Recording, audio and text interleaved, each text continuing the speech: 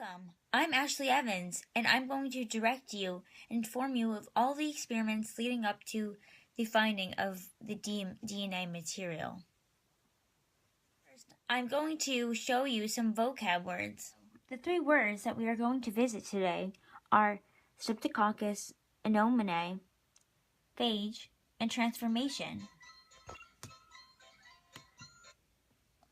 Streptococcus pneumoniae is also called for aka bacteria. It's just a harder word, but I'm going to use bacteria in the video. Phage is a virus. A transformation is a change or a difference in the look or how it is in the chemical composition.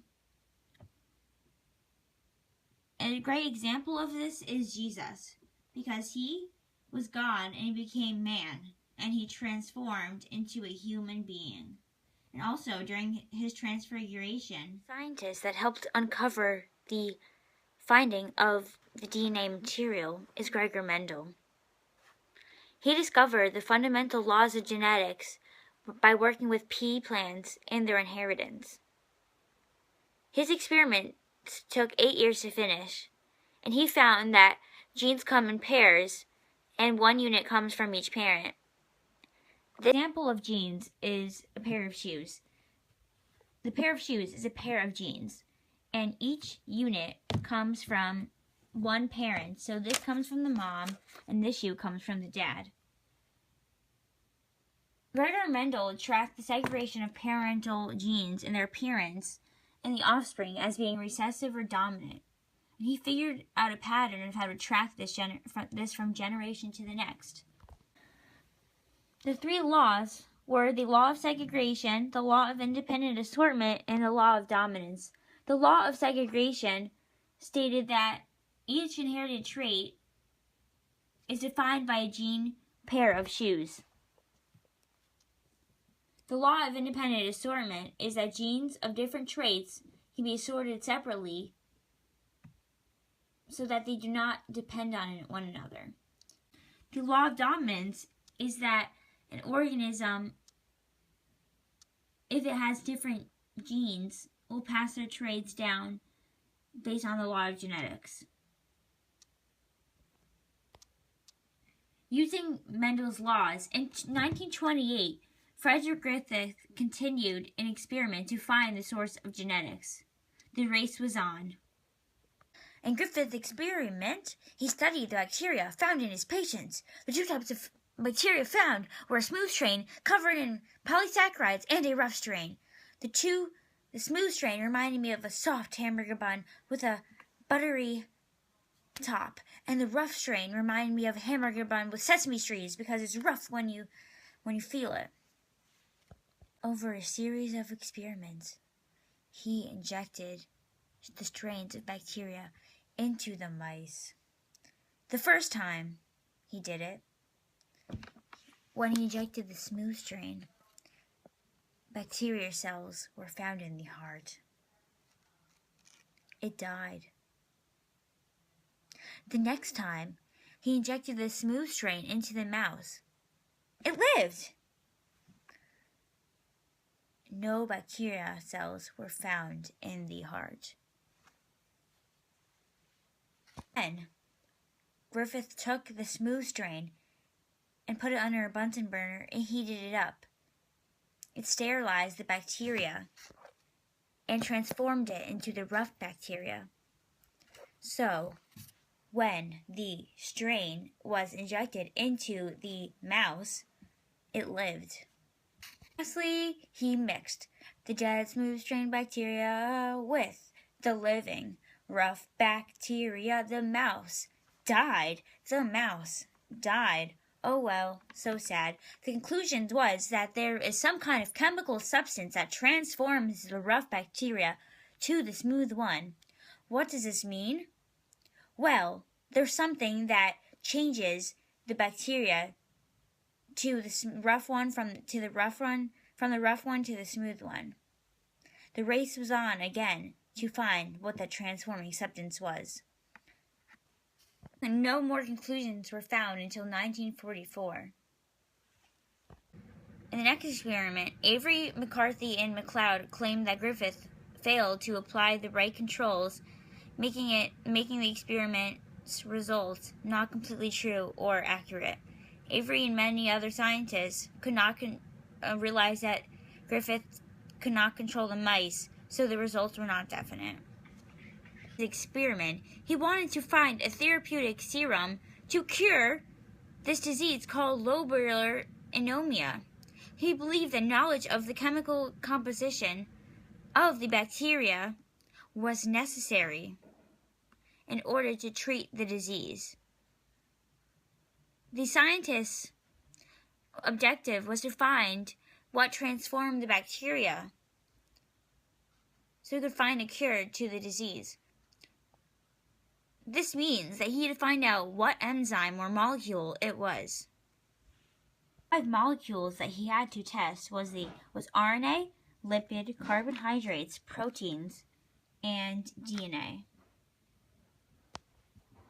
In test tubes, in each trial, the scientists would remove one molecule away.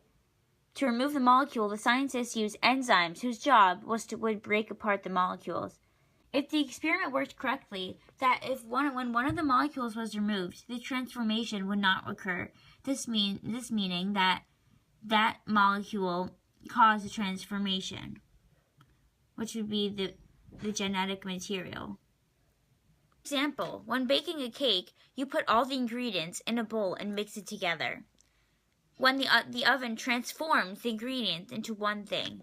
So, in other words, Avery, McCarthy, and McLeod tried to find this oven to transform the ingredients into the cake, or the bacteria into the smooth bacteria into the rough bacteria.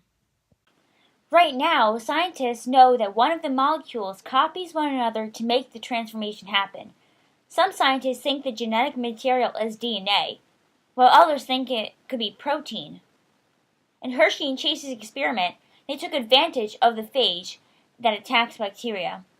The phage attacks to the surface and injects it into the bacteria to make more, and makes more bacteria because it's carrying something that copies it.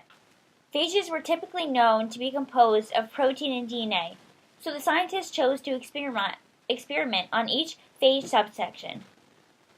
If the virus in a body spread, then it must have been copied or transferred. The problem was that scientists did not know what part or piece of the virus was injected. The scientists used one trial of phage with radioactive sulfur-35 and one phage with radioactive phosphorus-32. The point of using sulfur and phosphorus was because proteins have sulfur and DNA has phosphorus.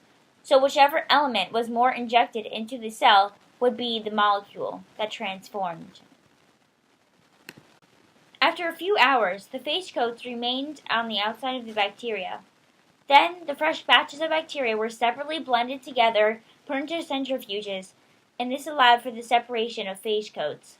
The results showed that the phosphorus cells remained labeled, while the sulfur cells were unlabeled. Being that the phosphorus cells remained labeled, this concluded that the DNA, because it has phosphorus, was the genetic material, not the protein. Franklin Wilkin. Wilkins discovered that it was possible to produce threads from a concentrated DNA solution that contained DNA appropriate for the ray diffraction patterns. What does that mean? Well, it means that there could possibly be a photo or X-ray of DNA that would show the structure of it. Wilkins and Franklin worked on this project for a long time, but then when Franklin was hired to work in Wilkins' lab with him, they collaborated. A few years later, Wilkin had evidence that DNA was a helical structure. A helical structure looks like this. Franklin at first did not believe this. One of her theories was that the groups could not be titrated, making it incapable of being analyzed. Another theory was that her picture of crystallographic evidence showed that the structural units of DNA were separated by water, making the DNA hydrophilic, or liking water. After spending many years of research together, Franklin and Wilson helped take photo 51, one of the first photos of DNA. They had many theories after seeing this photo. Watson and Crick. On one cold, rainy day, I'm just kidding, I don't know what the weather was back then, Watson and Crick went to one of Franklin's lecture on DNA and saw the photo of it. Then, based on her information, they made a model, but it was a failed model. Wilson showed Watson and Crick Franklin's helical theory and suggested that the molecule was made of 2 chains of nucleotides, like this. Watson and Crick demonstrated that each strand of DNA was a template for another. They also stated that DNA was a double helix. Double helix looks like this. I don't know if you can see it that well, but it has 2 strands and they kind of intertwine.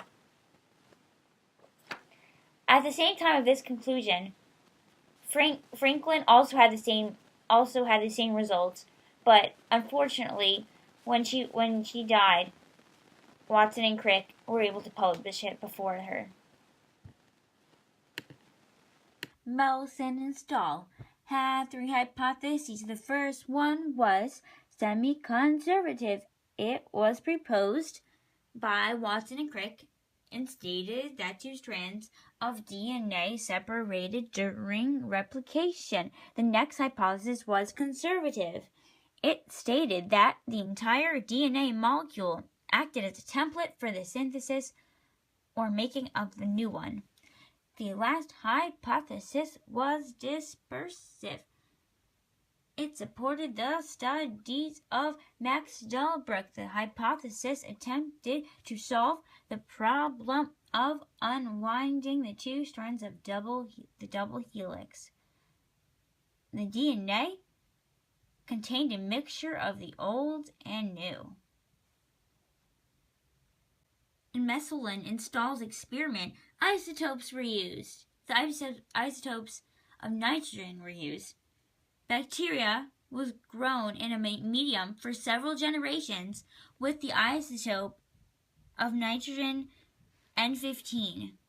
When the DNA was taken from these cells and centrifuged on a salt density gradient, the DNA was separated so the density equaled the salt solution.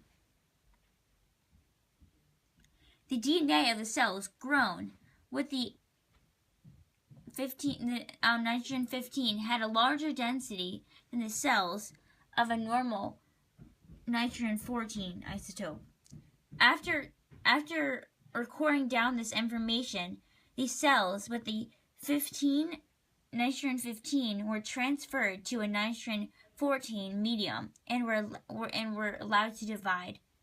Next, the scientists observed and recorded the progress of the cell division. In many cases, the DNA was extracted and compared. Results showed that the conservative replication was not correct,